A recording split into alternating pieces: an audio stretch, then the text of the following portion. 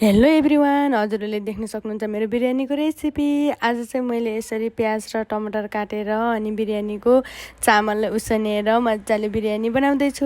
अन्तिमसम्म हेरेर साथ दिनु होला। सुरुमा चाहिँ मैले मजाले मासुलाई फ्राई गरेँ अनि यसरी डिप फ्राई गरेर मैले मजाले भुट्दैछु र मैले प्याज पनि हालिसकेँ। अनि प्याज हालिसकेर मैले मजाले भुट्दैछु होइन। अनि त्यसपछि लसुन र अदुवाको पेस्ट राखेँ, मिट मसला राखेँ र मैले बेसार पनि राख्दैछु। हजुरले देख्न सक्नुहुन्छ कस्तो राम्रो देखेको छ होइन, खाउ लाग्दै थियो होइन मैले भुट्दै चाहिँ। अनि तर मैले चाहिँ मेरो कस्टमरहरूको लागि बनाउँदै थिएँ। अनि देख्न सक्नुहुन्छ फेरि मैले यसलाई मजाले चलाउँदैछु होइन। अनि टोमेटो पनि हालेर मैले यसरी मजाले फ्राई गर्दैछु।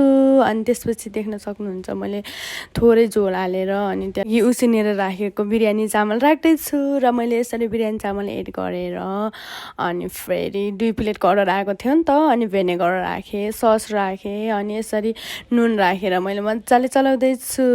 अनि हेर्न सक्नु मैले चाहिँ यसरी मजाले कुकको स्टाइलमा चलाइदिइरहेको छु होइन। देख्न सक्नुहुन्छ एउटा हातमा मोबाइल थियो, त्यही भएर मैले चाहिँ राम्रोसँग भिडियो बनाउन पाइनँ। त्यही पनि यसरी हेर्न सक्नुहुन्छ मैले चाहिँ मेरो कुकको स्टाइल देखाउँदैछु। मलाई चाहिँ रुगाले गरस्तै पारेर होइन, मैले आफूले सन्चो नभए पनि मैले कस्टमरलाई चाहिँ मैले खुसी पार्नको लागि यति मिठो बिरयानी बनाएँ। हजुरहरू पनि टेस्ट गर्न मन छ भने रोल्पाको रेउगाको हस्पिटलको अगाडि स्वागत होटल एन्ड रेस्टुरेन्टमा आउन सक्नुहुन्छ। हजुरहरूलाई हेरेर कस्तो लाग्यो? Thank you everyone.